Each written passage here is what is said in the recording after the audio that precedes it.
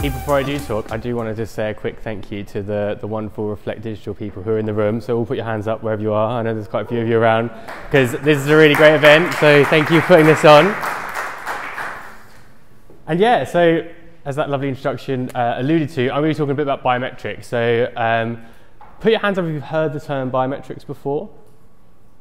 Cool, most of you, that's really good. That's kind of where I was aiming it, so that's good. There will be a bit for anybody that's not, so that's fine as well.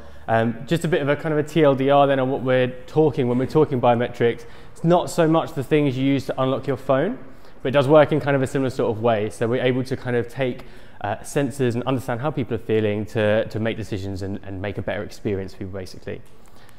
So just really quickly, me. So apart from my lovely slides there that are all wrapped around nicely, I'm Luke Frake.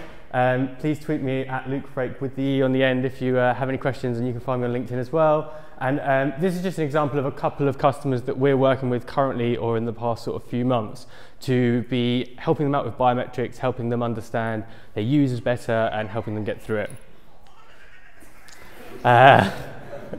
One of the things biometrics helps us do is understand people's stress levels, and at the moment when your phone goes off when someone else is speaking is a peak stress level moment, so I don't need biometrics to tell that. No, it's fine. But one thing I will really do quickly is just pause for a second. I talk a lot about biometrics. It's one of the things, if you see me on LinkedIn or anything like that, I quite often talk about this. But the one thing I really want to focus on is that we at Space Between are not a biometric agency. We're a conversion rate optimization agency. We're a user experience agency. And we see that biometrics is a really valuable tool in helping people make better experiences for their users, understand their customers better. But we don't think it's the only tool. We think there are other things out there. And I think as somebody with a biometric agency sitting at my office, I can quite comfortably say that it's not the silver bullet, but it's really, really valuable. So that takes me on to the main question of this talk, is why biometrics? Why are these companies using biometrics? And to answer that, I have to ask you all a question. And that question is, has anyone ever been to Hythe before? Yeah, put your hands up if you've been to Hythe. Good, quite a few of you. If you've not, it's a really lovely little seaside town. There is a point. It's a really lovely little seaside town just along the coast in Kent.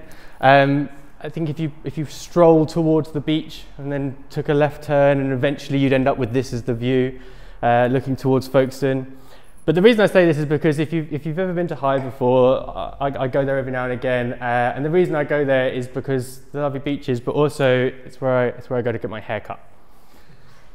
All makes sense so far? Everyone with me? Fantastic. So the reason why this story is interesting is because when I go to my hairdressers, there's a lovely little hairdressers in the high street called Old Kent Barbers, and I go there all the time. I don't live in Hythe. I travel to this hairdresser's to get my hair cut. And every time I go and see my hairdresser, his name's Shappa. Hello, Shappa. How are you doing? I shake his hand. How's the wife and the kids? Oh yeah, fantastic. Thank you. Yeah, mine too. What do you want? Oh, Shappa, you know what I want. You don't need to ask me what I want. You know exactly what. I've been coming here for years. You know what I want. He cuts my hair. We have a lovely chat. And at the end, I go, thank you very much. Here's your tip. You know, have a great time. Say hi to the wife from me. See you later. And then I do that thing that I hope a lot of you have done as well, where I walk outside the hairdressers and I get my phone out and I call my wife and I go, oh, he's done it again. He's messed up the back and he made me look like a pineapple. I've got loads on top and nothing on the sides. And I mean, you can all see my hair, so you can see what he does wrong. But no, realistically, pause again. My hairdresser's really lovely. He does do an all right job. But the one point I do want to focus on there is always that point in my haircut where he holds the mirror up to me and he says, what do you think? And regardless of what I think, I go, yeah, it looks amazing. Thank you very much. I really appreciate it. And the moral of this story is the customer is always right, but they will lie to you, said Harry Selfridge / me. So, and I think this is really true. If anybody has anyone ever run a focus group? Has anyone ever spoke to a customer, be it yours or one of your customers? We talk to people about these things, and people are quite happy to please. Although they'll give us some information, they won't give us the full story. They won't give us the finished article. So it's really, really important that we get to the point where we're getting honest data from our customers and we're actually understanding exactly what they mean when they say what they're saying. Honesty gives us better data, and that's really the heart of biometrics. We do get really good data from running focus groups. We do get really good data from speaking to people, but what we want is honest data. We want the bit behind the, I've made you a cup of tea. Oh, thanks, Luke, that's lovely. that guy definitely doesn't drink tea because this is cold. He's put sugar in it and salt. Why has he put salt in my tea? But you're not going to tell me. You just won't ask for another one again. So getting back to my original point, I will tangent and I will always return. Why biometrics? The first thing I'm going to touch on is user sessions. And the only thing I'm going to say on user sessions is because I think this in itself could be its whole, it could be a talk in its whole self. We run user sessions as part of our biometrics. Everything we do is one-on-one. So it is somebody from space between sitting there with a customer. Now on the other side of the wall, there's probably 20 other people sitting there making notes and jotting down what's going on, and that all feeds into our questions. But just to let you all know, this is one-on-one. This is me and a customer sitting there and having a conversation while they use a product. This is a setup of the kind of thing that we're running. So if you see this line down the middle here, everything on the left of that line, the customer would never see. They don't get to see the outputs. They don't get to see all these graphs, and you'll see some more of these up front later. What the customer gets to see is the bit that's on the right. They get to see the computer. They get to see the thing they're looking at, the thing we're asking them to look at, be that a website, a video, a contract, anything at all. If I just really quickly run you through some of the sensors here, we've got what we call a stimuli. That means website, at another website, video, whatever it is. We've got an EEG, an eye tracker, a GSR. We've got an eye tracking unit. Everyone know what a GSR is? I never knew what a GSR was until recently, so honestly, we'll get into that. If I drill down into some of these sensors a little bit more, the first thing we do, one of the sensors we have, sorry, is facial recognition.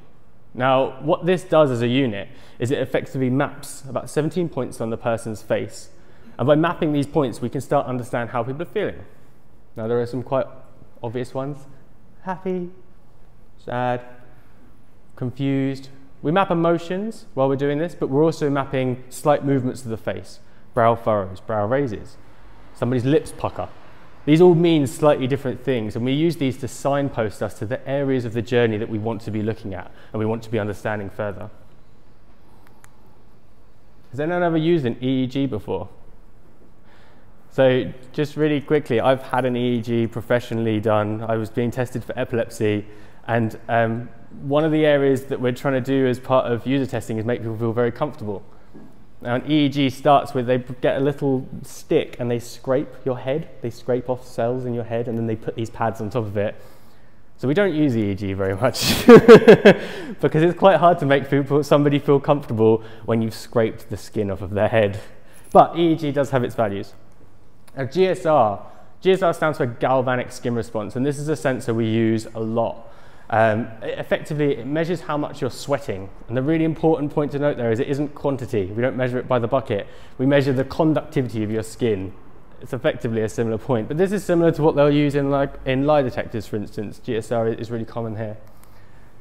This is an example of GSR being used. So don't worry too much about what's going on in the graph, but the key point here is to note that the GSR picks up not very much, and then it picks up loads very quickly.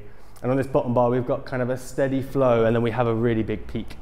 And if we watch the video here, this guy's looking through a website. He's scrolling around, he's taking in all the content. And then what happens here is he drops a pen on the floor. So he drops his pen on the floor, and he starts feeling quite embarrassed. Now, the trick with user sessions is it's about seeing what's behind the thing that happened. So what I've just told you here is this chap dropped this pen on the floor, and nobody stood up and said, no, Luke, that's definitely not what happened. This chap dropped about £5,000 worth of equipment on the floor while being surrounded by two space between people who were talking him through how this situation worked. And this peak here is his anxiety levels shooting up, like absolutely shooting up at this moment, because he's just gone, oh my God, I've broken this really expensive kit that's probably a similar value to my car.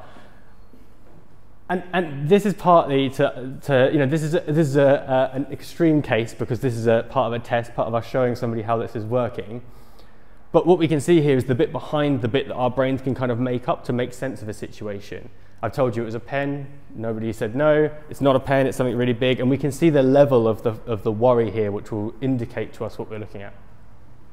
And we use GSR as a point for amplification. So say, for instance, if across quite a few of our senses we pick up happiness or sadness or frustration, we then use GSR as a level of amplification. So if we've got quite a low reading on our GSR, it's not a very strong emotion, effectively.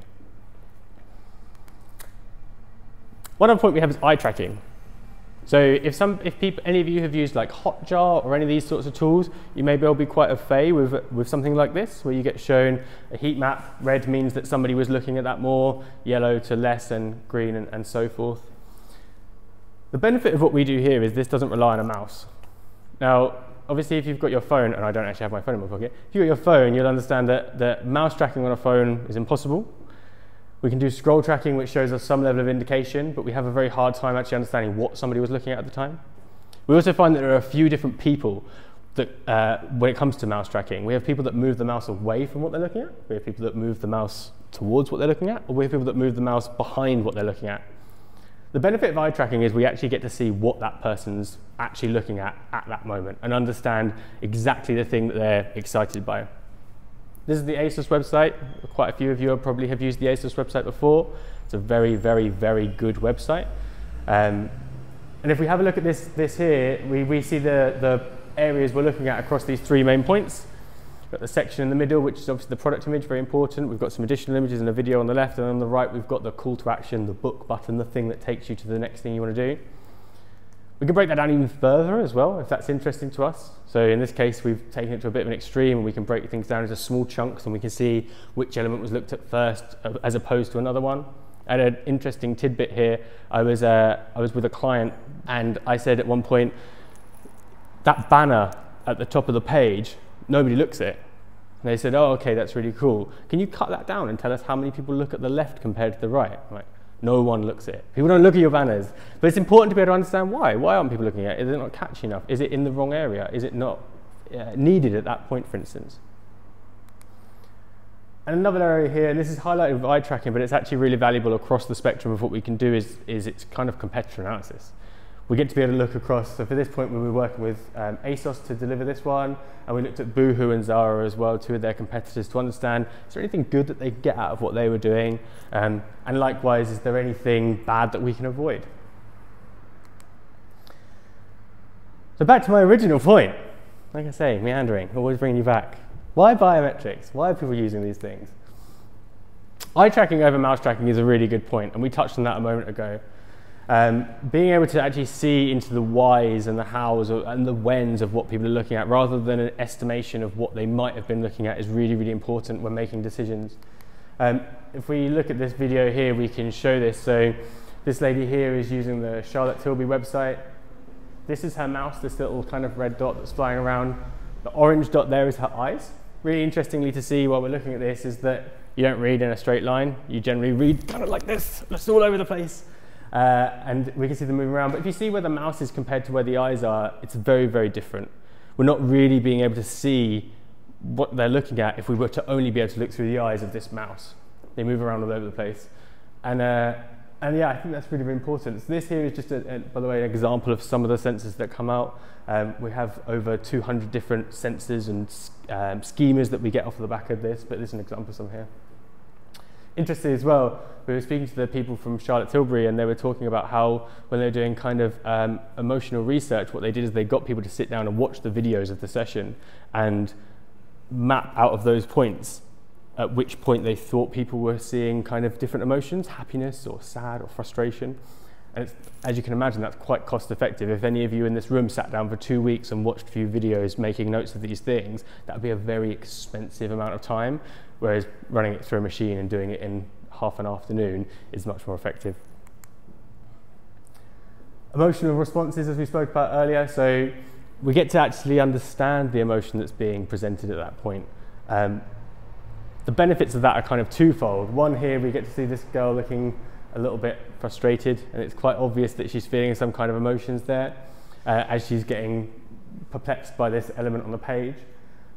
We actually use, though, this emotional output that comes much quicker than we could see this in real time to better our sessions. So at the end of our sessions, we're able to speak to people and we'll be able to take the data that we've collected throughout the session to ask better questions. If we see that somebody was feeling frustrated at a specific point, we can bring that same area back up and we can ask them about that again. I think confidence in decisions is a really, really important reason, and we've had lots of our clients say to us this is a really key area of why they're doing this. Is anyone a designer in the room? You will know exactly what I'm going to talk about, and only you, so sorry about this. Have you heard clients say things like make it pop before and take it to the next level? And these things that don't really mean anything, it's just like make it good. Can you just make it good?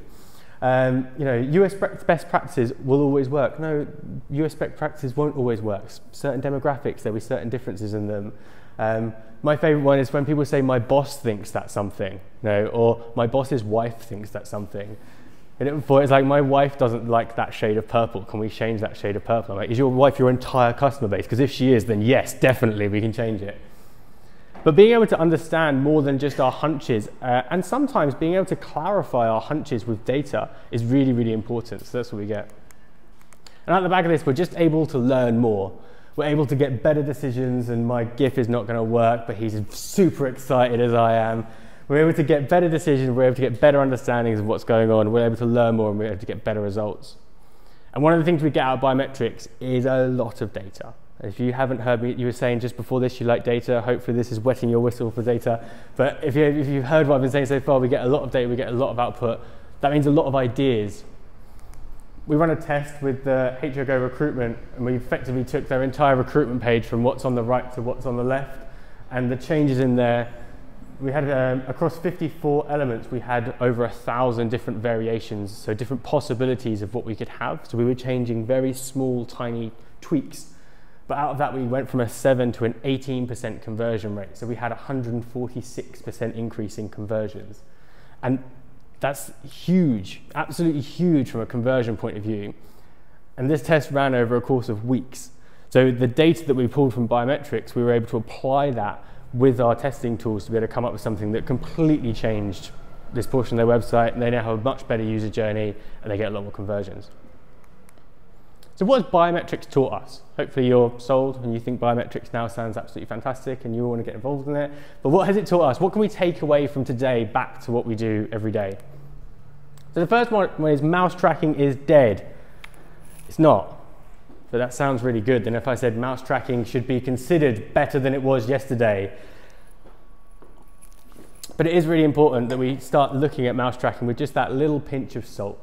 That when we're understanding it, we're just questioning, was somebody looking at this? Were they looking at something slightly different? Even if it is hugely qualitative data, we just need to be considering that.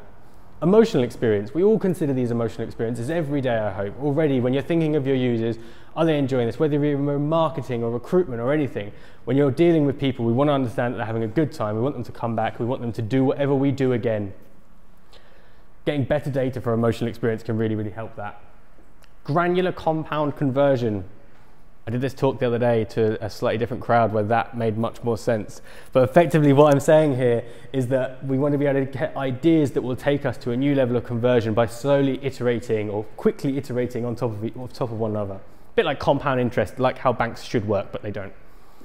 And more learnings and more confidence will deliver better results. The more data that we can understand and the more confidence we can have in our data, the better.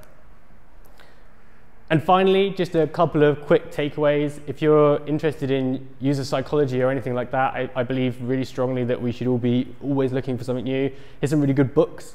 So if anybody wants to take a really quick photo of that, I'll leave that up for a second. But I mean, in user psychology, things are always changing. It's always a really, from my point of view, a really, really interesting field. It's really interesting to understand how people are talking. This one up here, Web of Instances by Natalie Nahai, is particularly a really, really good one that I'd advise everybody to go home and read. And one other point that I would put, not go home and read tonight because it's quite long, but another point that I would put in is we're doing a lot more around the search of kind of research ideas and putting together UX books. So we're about to be completing our 100 brand assessment of e-commerce websites for 2018, and we're hoping to deliver that before the end of the year because I tell you that's much harder work than it sounds when it was my idea at the beginning. And we also do a lot of studies, so we're just concluding a study now on mouse tracking versus eye tracking. One of the things I'd really advocate, and I do this whenever I speak anywhere, is I say to people, if you have any ideas of studies, I'd love to hear them, because it's really, really interesting for me to be able to look into a new area and really tweak that, really push that with data.